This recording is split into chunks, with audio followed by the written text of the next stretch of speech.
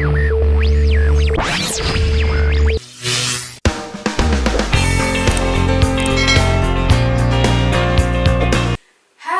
selamat datang kembali di channel Nusa Edu. Lihat, dengar, dan berpikirlah. Melalui video ini, segenap tim Nusa Edu mengucapkan selamat memperingati Hari Pahlawan 10 November.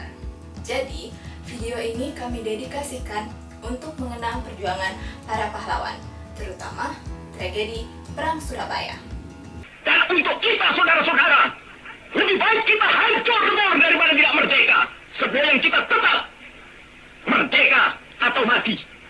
Jadi pada video hari ini akan dibahas mengenai jasa-jasa pahlawan. Tapi mungkin kalau kita mengangkat satu nama saja itu tidak bisa mewakilkan seluruh jasa pahlawan yang ada, karena kita tahu Indonesia ini merdeka dan mempertahankan kemerdekaannya bukan karena satu orang saja, tetapi karena perjuangan seluruh bangsa Indonesia.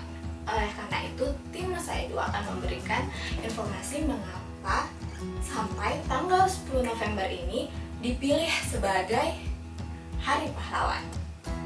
Tapi sebelum lanjut, jangan lupa untuk klik tombol subscribe untuk bisa bergabung dan berlangganan di channel ini.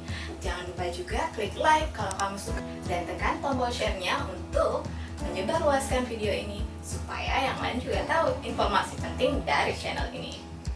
Oke, jadi 10 November dipilih sebagai Hari Pahlawan sejak tahun 1959 yang ditetapkan oleh Presiden Insinyur Soekarno melalui Perpres. Nah, asal-usul dipilihnya tanggal 10 November ini sebagai Hari Pahlawan tak lain sebagai bentuk penghargaan bangsa Indonesia terhadap perjuangan pergerakan mempertahankan kemerdekaan oleh rakyat Surabaya. Yang harus kalian garis bawahi adalah Perang di Surabaya yang melatar belakangi 10 November ini sebenarnya terjadi pasca kemerdekaan.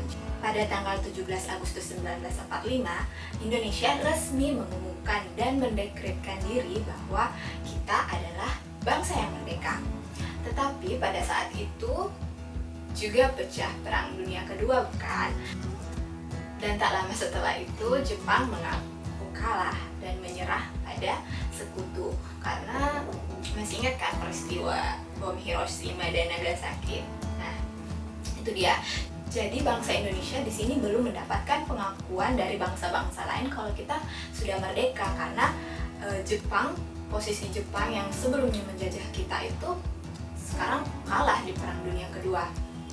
Nah, karena dasar itu kemudian pihak sekutu, dalam hal ini Inggris dan Belanda yang organisasinya itu disebut sebagai AFNI dan NICA, kembali datang ke Indonesia dan resmi mendarat di Jakarta pada tanggal 15 September 1945. Jadi ini nggak jauh dari waktu kemerdekaan gitu. Jadi tapi pasca ya, tapi setelahnya.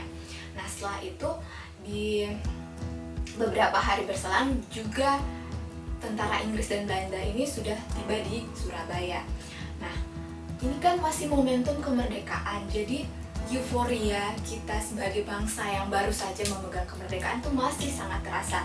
Jadi di seluruh wilayah Indonesia itu berusaha untuk mengibarkan sang-saka merah putih. Tapi sayangnya pada saat tentara Inggris dan Belanda ini sudah ada di Surabaya, mereka tiba, kemudian ada insiden pengibaran bendera Belanda oleh pihak sekutu. Nah, tepatnya terjadi di Hotel Yamato atau Yamato Hotel, atau disebut juga sebagai Hotel Orange. Kalau saat sekarang katanya sih sudah berubah nama ya, namanya Hotel Majapahit yang berlokasi di Jalan Tunjungan nomor 65 di Surabaya. Nah, pada tanggal 18 September di sini ada kejadian krusial yang memicu terjadinya perang perlawanan dari masyarakat Surabaya. Itu di bawah pimpinan Blokman. Tentara Belanda dan Inggris ini tuh tentara Belanda dan Inggris yang berada di Hotel Yamato atau sekarang dikenalnya sebagai Hotel Majapahit melakukan pengibaran bendera Belanda di puncak hotel.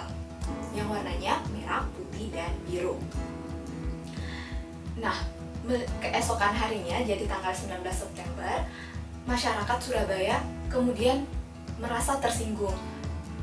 Bagaimana tidak, kita sudah mengikrarkan kemerdekaan, memproklamirkan kemerdekaan, tapi toh sekutu, dalam hal ini Inggris dan Belanda, datang kembali kemudian mengibarkan kembali bendera mereka di tanah yang sudah dideklarasikan sebagai negara merdeka.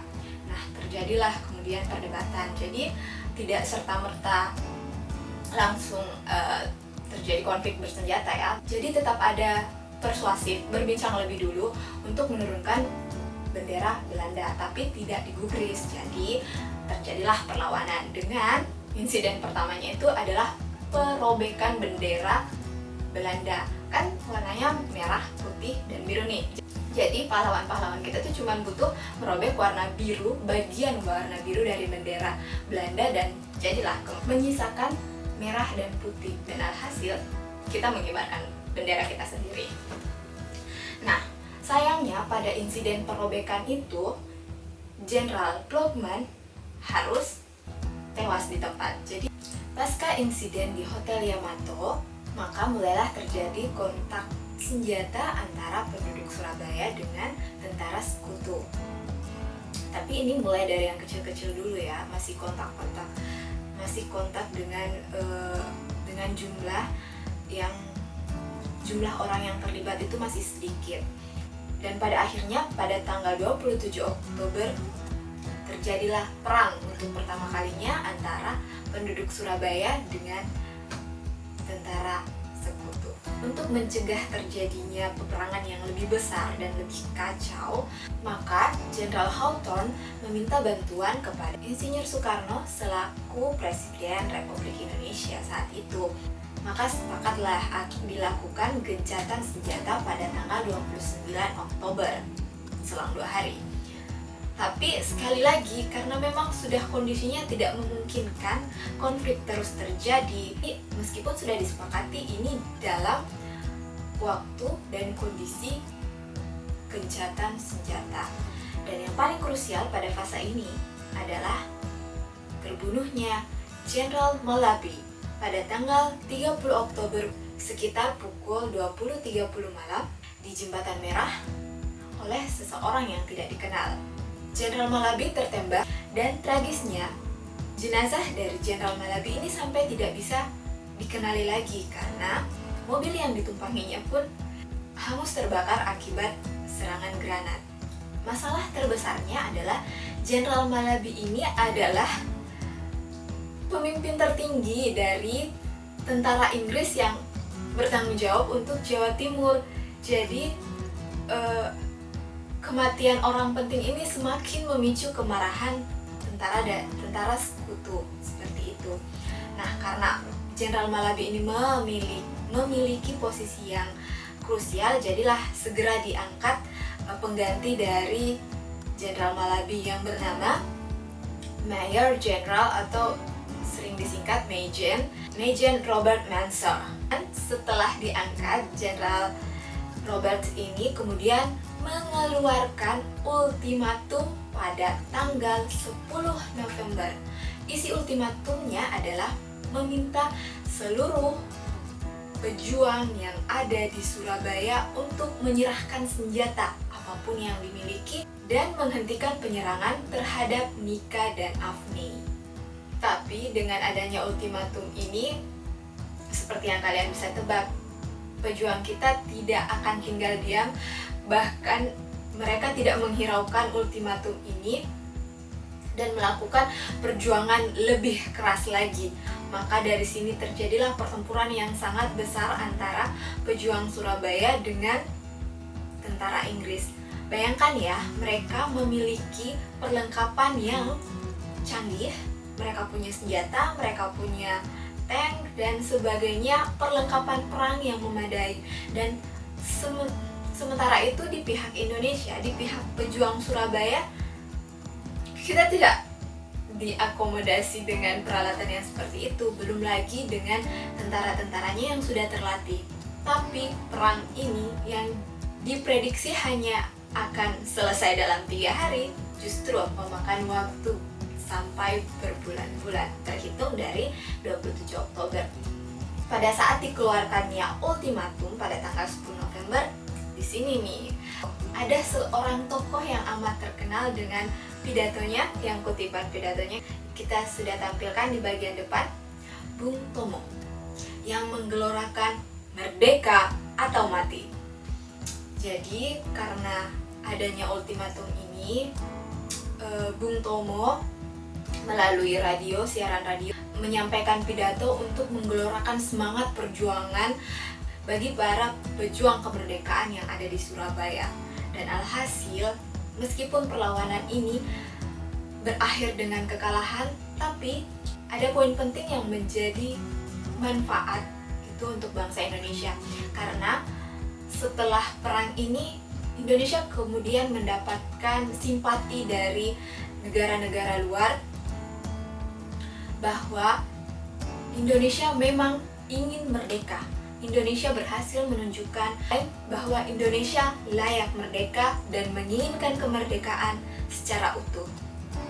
Nah, sekarang balik lagi ya dengan topik kita, yaitu kenapa 10 November dipilih sebagai Hari Pahlawan yang reverse ke kejadian peperangan di Surabaya.